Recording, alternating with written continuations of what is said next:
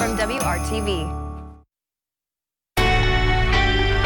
From the station working for you, this is Good Morning Indiana, streaming now. Good morning to you and welcome to Good Morning Indiana. I'm Lauren Casey. And I'm Megan Shin. It's 5 o'clock here on your Wednesday morning. And I'm Rafael Sanchez, and these are your headlines on this December the 23rd. The coronavirus relief bill passed, now in limbo, while President Trump is telling lawmakers to head back to the drawing board and what that could mean for thousands of Hoosier families. And they are the bravest fighters you'll ever meet. We're live with the brand new program, giving some sparkle and shine to some young cancer warriors. And we do want to say good morning to you, an early Christmas Eve. And Rafael, a special gift for all the viewers here as we have a new team member. That's right. Yeah, super exciting. It's not even Christmas, and we did get a new gift, that gift in the form of a new family member. So welcome to Megan Shin. It is great to have you here. And wow, it's 5 in the morning. I know you've been up earlier than 5 in the morning, but here you go. Good morning, Indiana. Yes, thank you guys. And you guys are really an incredible team. I'm so grateful to be a part of Good Morning Indiana, and really better than any Christmas gift I've ever received. And Kyle, I know you have your winter forecast for us, looking like there may be a little bit of snow. A little bit in there, yeah. Okay. We may not see a whole lot here as we go into Christmas Day, but, you know, keep those hopes alive here for a few snow showers and flurries. And, of course, welcome to the team, Megan. We've got some nice weather for you here today. Temperatures 36 degrees this morning in downtown, 37 in Bloomington and Lafayette.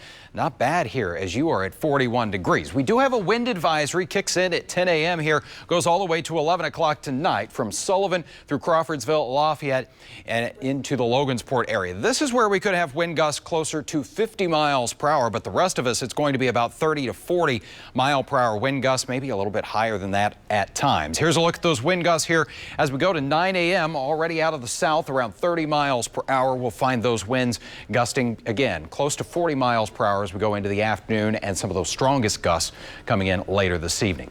So as you head out the door this morning, 38 degrees, 52, chance for a few showers as you head home, and Lauren's got a check of those roads this morning. Yeah, and we do have one issue I want to show you, Kyle. This is down in Johnson County here, I-65 as you're traveling northbound near State Road 44, approaching exit 90 there. We have a right lane closed for a traffic hazard. You can see it there on our camera. It looks like we have crews out there working the scene, and traffic is moving a little bit slower as you're getting over into that left lane. This is, again, approaching Franklin, the exit there. So just be aware of that if you're traveling northbound from areas like Edinburgh or Columbus this morning. And we'll continue to monitor this area and let you know if there are any backups. But I think right now you just need to pay attention and slow down. Rafael?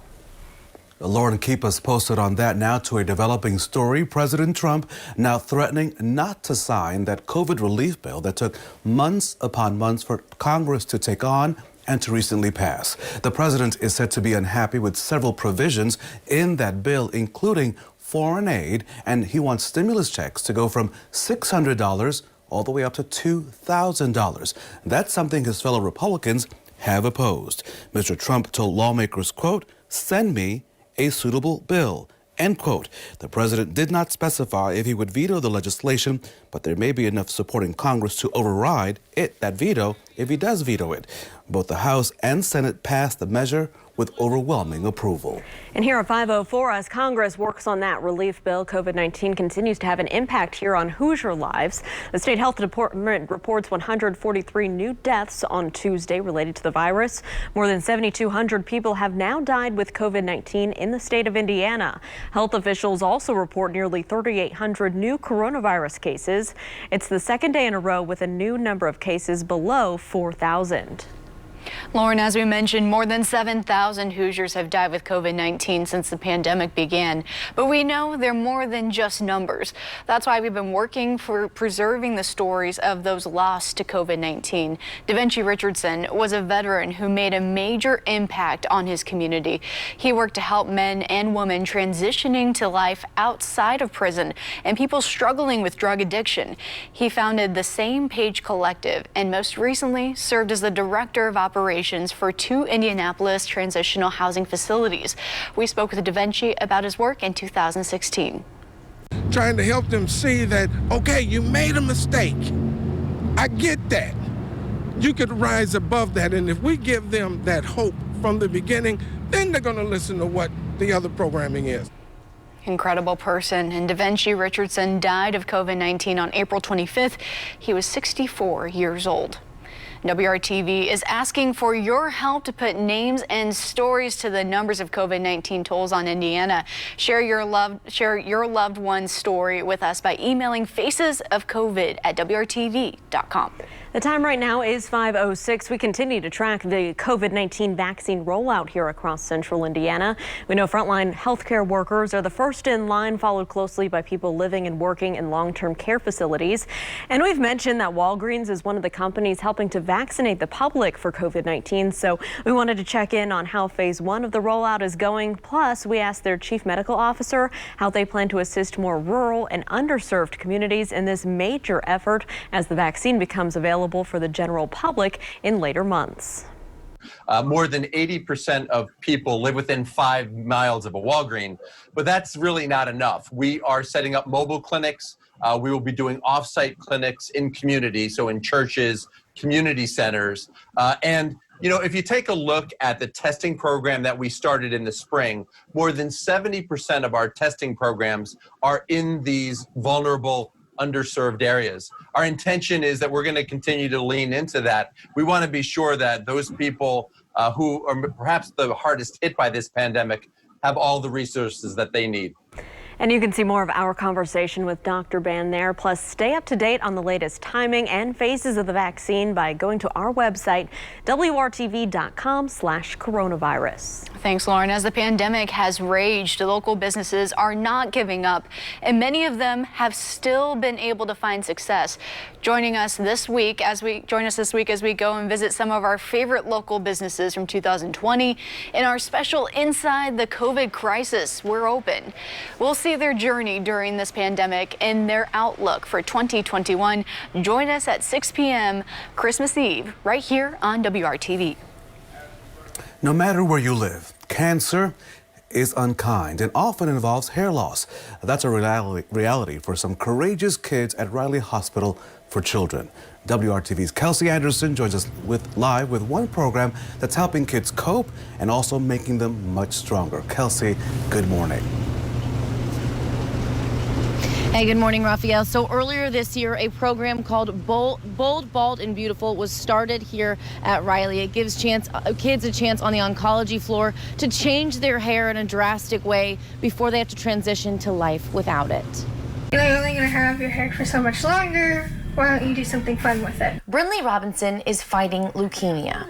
It was hard the day that they told us. It really was, because, you know, I've never really thought, oh, you're gonna have cancer, or you're gonna have some type of life disease that could possibly, you know, end your life. When she was sent to Riley Hospital for Children for treatment, her family knew she would lose her hair. It kind of breaks you down, because I've always loved my hair. 2 weeks ago today, Brinley got her hair cut and colored by Riley's own cosmetologist. A new program at Riley called Bold, Bald, and Beautiful. It gives Brinley a chance to do something drastic with her hair before it falls out. Do red in the back and then get the purple up front. Hannah Ewert works on the oncology floor once a week, doing hair, makeup, nails, and teaching kids how to take care of their skin as their body changes. She says she tries to make the experience as fun as possible. We try to keep it as calm as it can. I just, walk them through what I'm doing, and, I be there for them, and then they always get something fun afterwards. I had a little girl that she was very emotional about it, but she was ready to get it done. And I ended up being able to give her a fun little headband, and now that's all she wears. Brinley says she's prepared for the changes to come. But I think once my hair does go and it's gone, I think I might embrace it. Say, hey, look, this is me now. I received these photos from Brinley earlier this week. You can see she's now bald, but as she said earlier, she's going to embrace it. So coming up in the next half hour, you're going to hear the story of the young woman who inspired and helped to create Bold, Bald, and Beautiful. Reporting live, Kelsey Anderson, WRTV. Such a great story. Thank you for that this morning, Kelsey. And as we get into today, we've got some mild temperatures. You can see that sitting off to the west. Numbers already in the 50s, but look at what's up there in the Dakotas. Temperatures in the teens, so it will be a short-lived warm-up for us, and it will come with some precipitation later today, and especially tonight. You can see those rain chances will be rising as we get to 8 o'clock this evening. About an 80% chance of some of that wet weather, and then the temperatures come crashing down for Christmas Day, but they will recover into the upcoming weekend. Raphael? Kyle, thank you so much. The new strain of COVID-19 spreading across England is now causing concern this morning. Why scientists believe it was already likely right here in the United States. You're watching Good Morning Indiana on December the 23rd, right here on WRTV. This morning on Good Morning America. Welcome back to Good Morning Indiana. As scientists continue to study that new strain of COVID-19 emerging in England, some researchers believe that hundreds of cases are already here in the United States. They believe the new strain likely arrived in our country sometime in mid-November, and likely that many people are already infected with it. British scientists have traced the earliest known appearance in the UK back to September the 20th. Meanwhile, scientists are also working to determine if the newly approved COVID-19 vaccines will work on that new strain. Raphael, America is close to making up for a lost deal with Pfizer. Top officials are offering the drug company better access to manufacturing supplies in exchange for tens of millions of additional vaccine doses.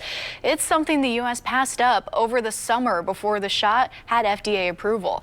And the deal will likely be finalized very soon.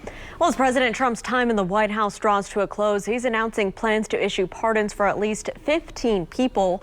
The White House made this announcement last night. Some of the pardons include George Papadopoulos, a former Trump campaign aide who lied to authorities during the Russia investigation. Also on the list, former U.S. Congressman Duncan Hunter. He was sentenced to 11 months in prison for his misuse of more than $200,000 in campaign funds for personal expenses. Presidents traditionally issue a number of pardons as their terms come to an end. During his time in office, President Obama issued nearly 2,000 pardons or sentence reductions.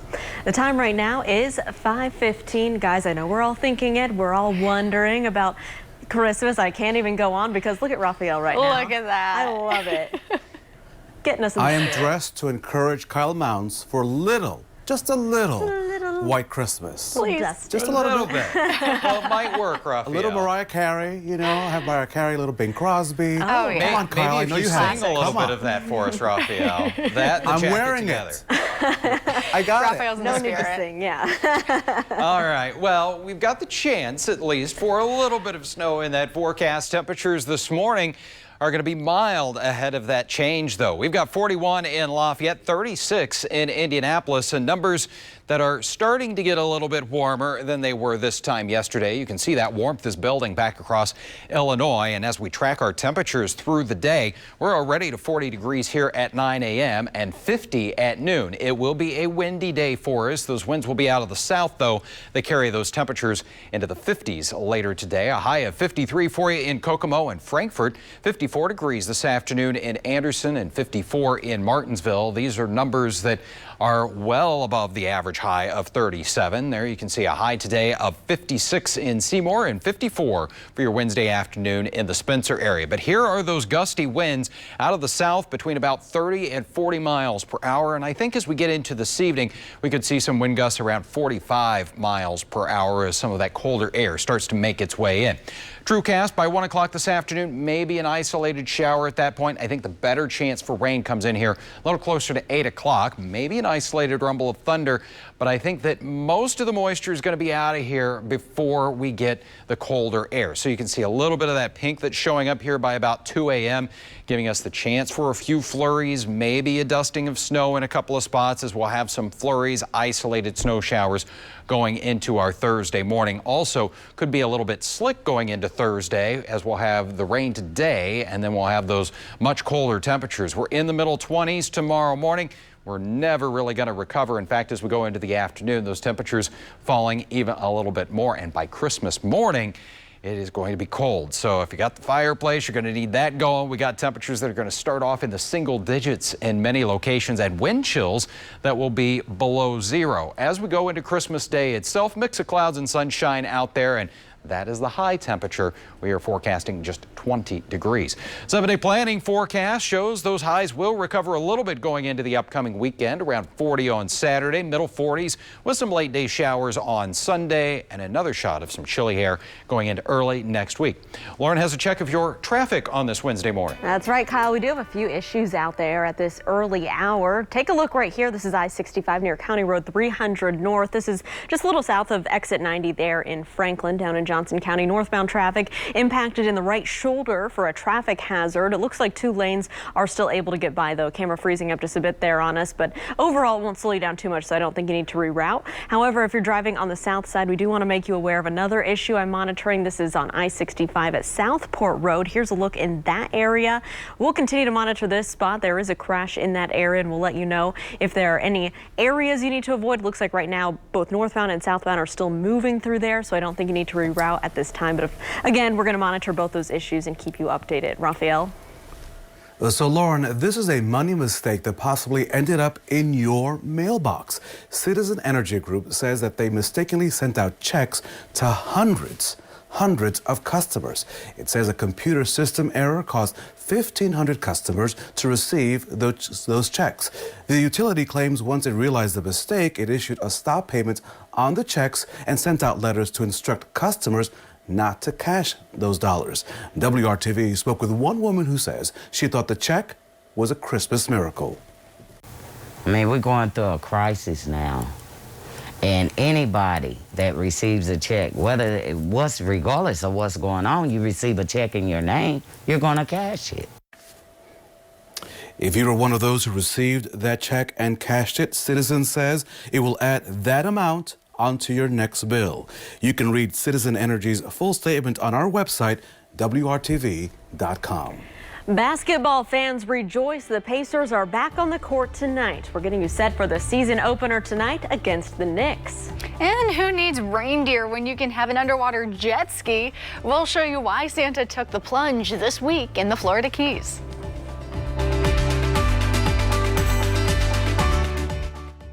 Daily dose of confidence. It is 5:24 on your Wednesday, and we're keeping a close eye on your roads this morning. This is a look down on the south side at I-65 and Southport Road. In the middle of your screen, you can see some flashing lights. We do have a crash in this area. It's in the left lane of the southbound side of the interstate. However, this is a spot of a lot of construction, a lot of lane shifting. So just keep that in mind as you travel through that area. Looks like traffic is still able to move both northbound and southbound. But again, a spot we're going to keep our eyes on this morning. Just be aware of that if you travel through this area. Thanks, Lauren. Well, 4 months ago, the Pacers were eliminated from the NBA playoffs by the Miami Heat. Tonight, they are back on the court, starting a brand new season. The Blue and Gold are also hoping to shake off a rough preseason that saw them lose all 3 exhibition games. Tonight, it will count for real at Bankers Life Fieldhouse. The Pacers will welcome Obi Toppin and the New York Knicks to town. Tipping off for tonight's game is set for 7 o'clock. And Santa has plenty of experience taking to the skies, but he's just as comfortable, Raphael, underwater. So, Megan, I'm on an 8-second delay, so I want you to tell me when you see the video. You tell me if the video is cute because I can't see it. So, it's cute. St. Nick and one of his loyal elves took a little underseas cruise this week. So take a look. Is the video cute, Megan? Let me know. Adorable. They took the plunge in the Florida Keys to take a look at some of that marine life. And Santa used an underwater jet ski to tour some coral reefs and see the schools of fish. Raphael, I wish you could see this because it is an amazing sight. And it was all in all an effort to raise money for children's charities in the Florida Keys. So a great cause as well. And Kyle, I know that you don't necessarily scuba dive, but maybe it's a good time to check out a little bit warmer climate like the Florida Keys. Ooh. Yeah, and you know, it looks like Santa's doing a lot better scuba diving than he does parasailing. Yeah. So we're learning that. Yeah, spot on.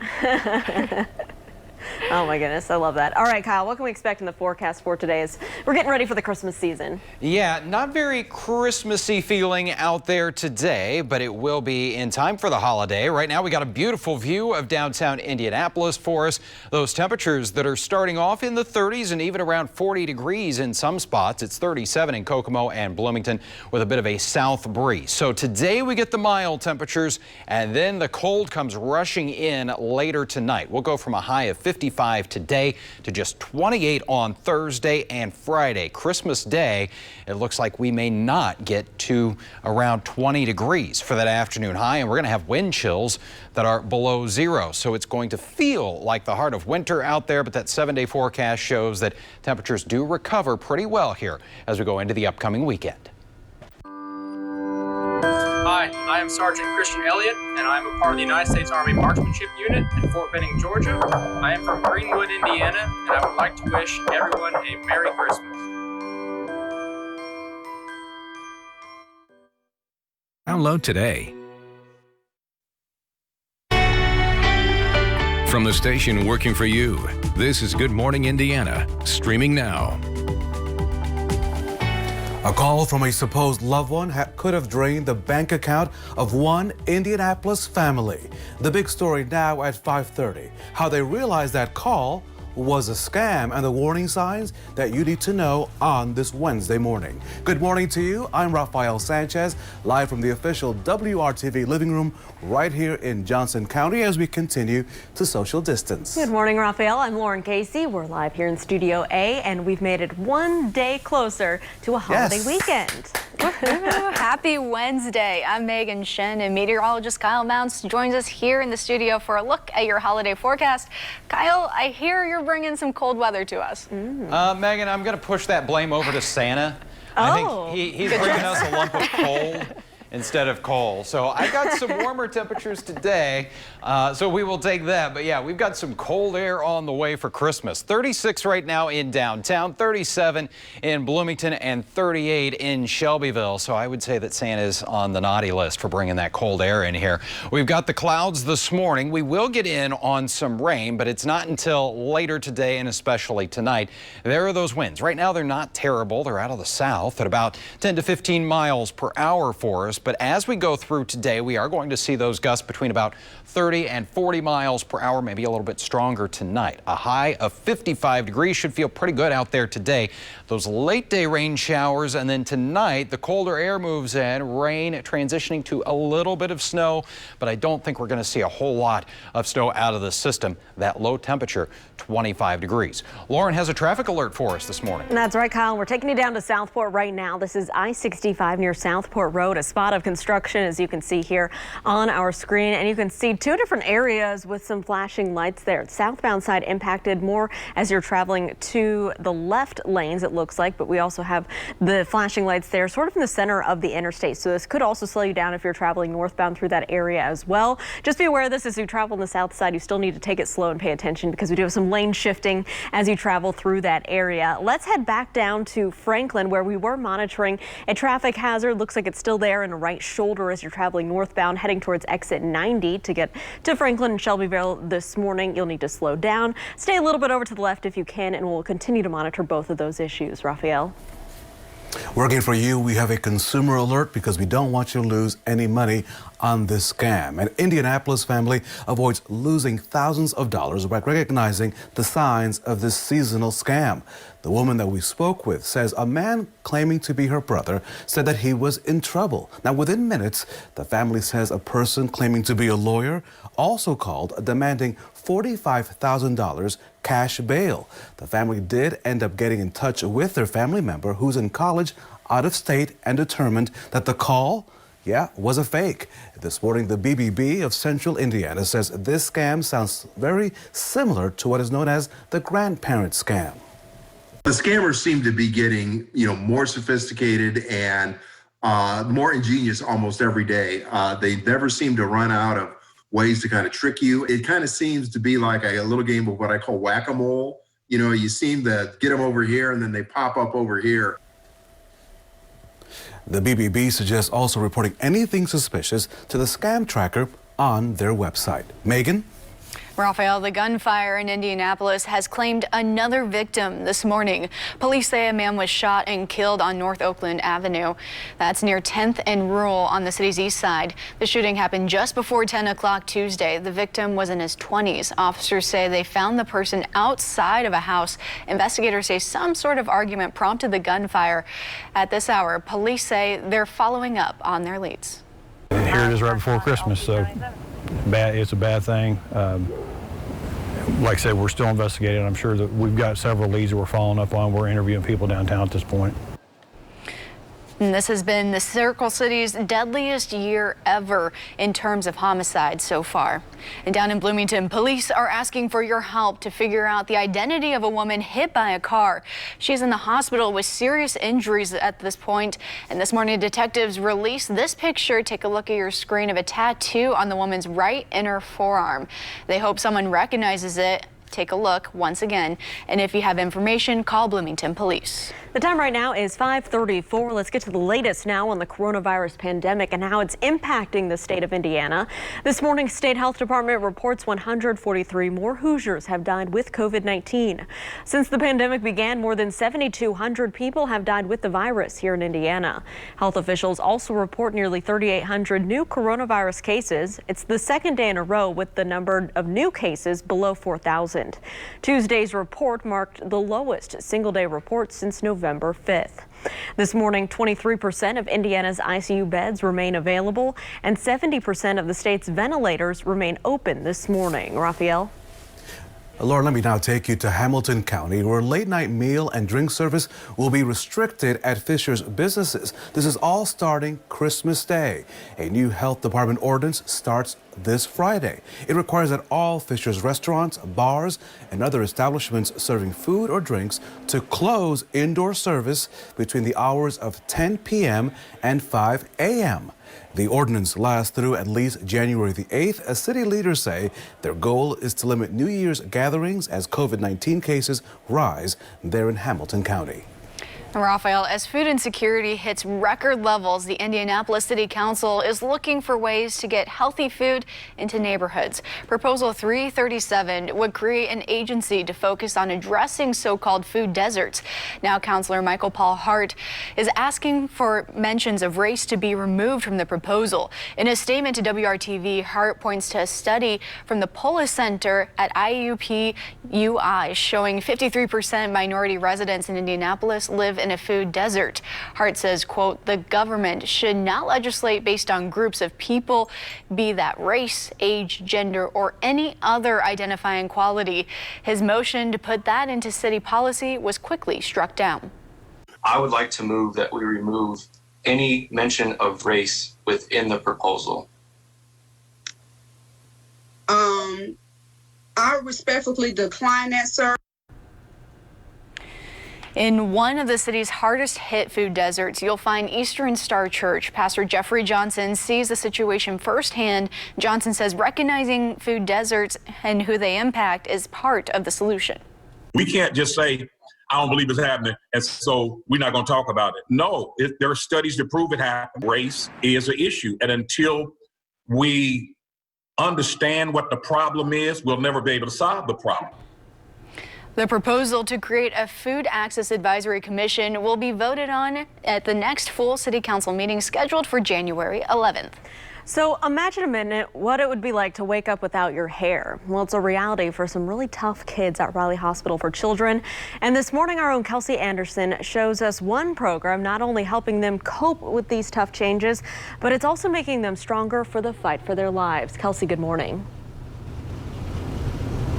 Hey, good morning, Lauren. So earlier this year, a new program called Bold, Bald, and Beautiful was started here at Riley because a young woman wanted other kids going through the same thing she did to feel bold and beautiful, even when they're bald. When I found out that I would be losing it, it was just absolutely devastating. Lauren McLaughlin had synovial sarcoma, a rare cancer that attacks the body's soft tissue. She found comfort in trying new hairstyles, accessories, and doing her makeup. As long as you're beautiful on the inside, everyone will think you're just as beautiful, if not more, on the outside. Together with her care team, she created Bold, Bald, and Beautiful, a program that brought a licensed cosmetologist onto the oncology floor. Melissa Henson is a child life specialist at Riley, and she says when a child battling cancer loses their hair, that's when reality sets in. You can come here and you can hide your port or your central line. You can hide a lot of things or not tell people you're coming to the hospital, but when you start to lose your hair, it's the first thing people notice. And so that's kind of the first reality of this is really what I'm going through. And so having somebody help them through how to adapt to that or how to wear a wig so that if they want to choose to have hair, they can. Hannah Ewart is the licensed cosmetologist that visits Riley once a week, cutting and coloring hair, painting nails, and doing makeup. I spoke to Lauren's mom, and she said her daughter learned the program was approved just before she died. And if she was still here, she would be helping do hair, makeup, or whatever she could to make the kids at Riley feel beautiful. And she'd be up there every week doing stuff for these kids, you know. That's just who she was. She just wanted to lavish people and have them have some fun up there and, you know, feel better about their identity. Her mom tells me before Lauren lost her hair, she dyed it fire engine red, and she loved it. Changing your hairstyle allows you to become okay with like changing your look and realizing that you're still the same person inside, even though you've changed your hair. So when Lauren died in February, instead of flowers, her family asked people to bring headscarves and hats and things that they could use in this new program. She says the church lobby was absolutely filled with supplies for the Bold, Bald, and Beautiful program. Now, this is sponsored right now by the Women of Riley, and we just learned that it is being written for another grant so this program can continue for another year. Reporting live, Kelsey Anderson, WRTV. John, this is everybody. And everybody, this is John. You ready to walk into your brand new home, buddy? A local veteran can celebrate the holidays by decking the halls in a brand new home. This is a great story. WRTV was there as John Holliday toured this renovated home for the very first time. Over the summer, Holliday's former home had no power, water, or sewage service and was on the verge of being condemned. That's when Nathan Jones, the Delaware County Veterans Affairs Officer, he stepped up to help him. He partnered with students at the Muncie Area Career Center. He also partnered with contractors and other organizations to get the funding and the manpower to rebuild the home. It's so wonderful, and I'm thankful from the bottom of my heart. Everybody done this for this one person, you know. There's so many I think deserve it more than I do. I'm not going to let a 77-year-old veteran that as a combat veteran at that, live the way that he was living, and I knew that somebody had to take a step up to make this thing happen. Nathan, we salute you and we thank all service members for their service to our country. Holliday also reunited with family members during the home unveiling. Local veteran affair leaders also hope to start a new foundation to help more Hoosier veterans. What a great story there in Delaware County. And Kyle, I cannot wait to head outside sometime this morning and take out the bike on the Franklin Greenways to enjoy the weather. You have a fantastic Wednesday forecast. Yes. Just make sure that you're going with that wind, Raphael. We don't want you to wobble around out there. We got temperatures this morning that are in the 30s. We'll get to 40 here at 9 a.m. and already close to 50 degrees before lunchtime today. That afternoon high is going to get to 55, so a little closer to the record, but that's going to be standing once again, though, at 64, set back in 1933. We are getting very close to Christmas. Let's look at some of the climatology. The most snowfall we've had on a Christmas day, nearly 6 inches of snow there. The warmest high, yeah, we've had some toasty ones at 64 degrees. The coldest high we have had is -4 degrees on a Christmas day. Well, we're certainly going to have the cold air that's moving in as we get into Christmas Eve. 28 will be the high there. Christmas Day, just 20. Megan? Thanks, Kyle. Coming up, more inaccuracies discovered in testing at one of the nation's military academies. The latest academy under question after the break. And here's a live look right now. Traffic on the northeast side, I-465 and Pendleton Pike. Things here are traveling smoothly, and they're traveling up to speed around the 465 loop this Wednesday morning. We'll keep you updated on other issues I'm monitoring to our south. That's on the other side of the break. Stick around. Sparkling water. It's bubbly!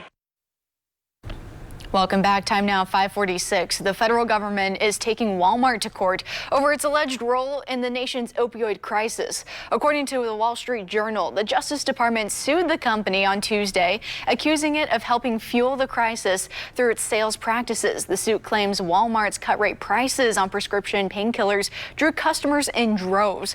Managers then pressured pharmacists to work faster, hoping the customers would stay in stores and keep shopping. Walmart filed a preemptive countersuit back in October.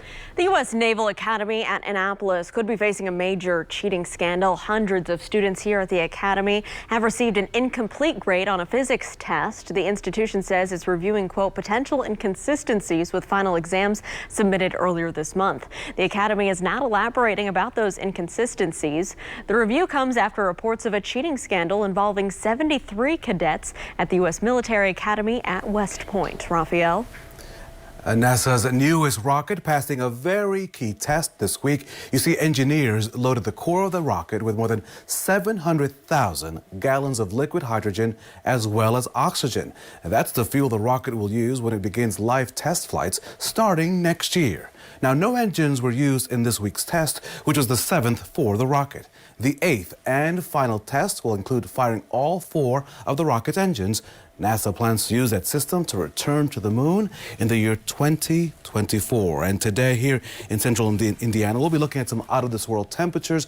Kyle Mounts, even if it's just temporary, right? I mean, it's the second day of winter, and it's going to be great, I think. Yeah, it's going to feel like winter soon enough, so we will take this a windy and warm Wednesday for us here, Raphael. Right now, it's not bad out there, 36 degrees, 29. Yeah, there's a chill in the air, but it could be a whole lot colder. That southeast breeze around 10 miles per hour for us.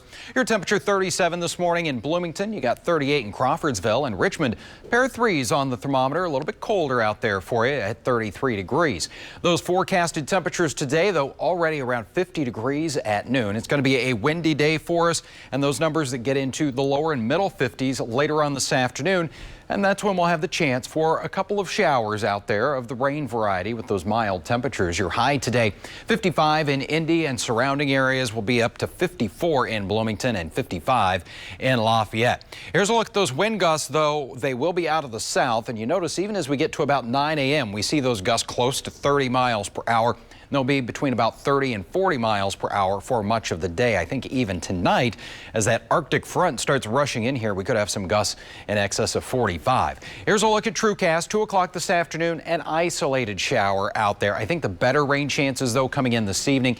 8 o'clock, we see a little more widespread rain out there. I don't think we'll have really any rumbles of thunder, maybe an isolated one, but this is just kind of indicating that colder air that's moving in here as we approach midnight. So maybe some sleet pellets with that, maybe a light dusting of snow, enough out of that, but I really don't think we'll see a lot as we get into the day tomorrow. A few flurries and snow showers that will linger for us, but a big time temperature change. Temperatures on Thursday in the 20s from start to finish. As we get into the afternoon, we are at 24. Those northwest winds not as gusty tomorrow, but still a factor for us, 15 to 20 miles per hour. So that's going to send those wind chills into the teens throughout the day. And then Christmas Day, we will start off many areas in the single digits, about 11 in the city. It will feel like -4. I think we're going to be dry here. But look at that, high temperature of only 20 degrees as we have some sunshine to go along with that for our Christmas afternoon. The cold, it's not going to last terribly long here as we get into the upcoming weekend. Those temperatures rebounding into the mid-40s on Sunday. That'll come with some rain showers, and then next week those temperatures a little more December-like here as we'll have those highs in the 30s. Lauren? All right, Kyle, thank you so much. Let's take a look at traffic as you're heading out on the roads. We were monitoring that crash cleanup at Southport Road and I-65 in the middle of that construction zone. We can tell you that has since cleared. Still use caution as you travel through this area on the south side due to the lane shifting and construction down there. But overall, everything is traveling about up to speed. Megan?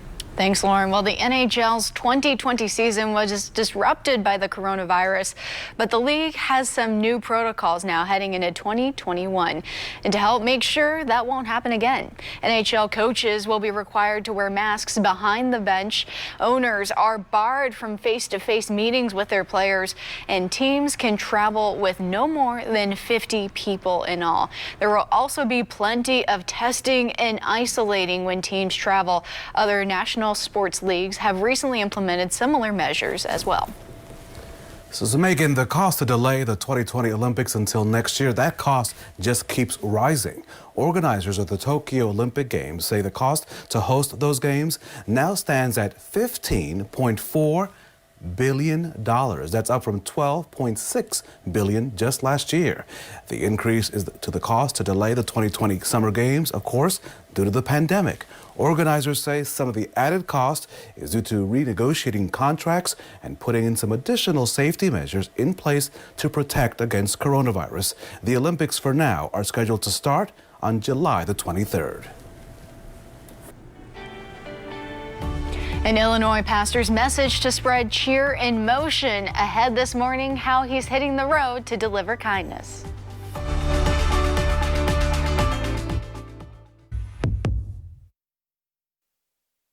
Welcome back to Good Morning Indiana. This will put a smile on your face. A Chicago church pastor has decided to spread some cheer to those in need. And this morning he's taking his show of support, well, why not, on the road. Pastor Earl Granberry rolled out this Acts of Kindness truck. Check out the truck.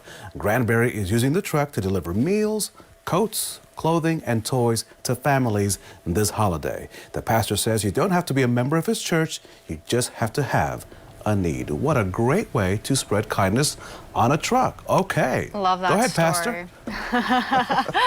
Well, Raphael, early holiday cheers came out of the sky this year, but a rough landing left Santa fans in California saying, ho, ho, oh no. A high-flying Santa Claus in California failed to watch out when arriving via paraglider.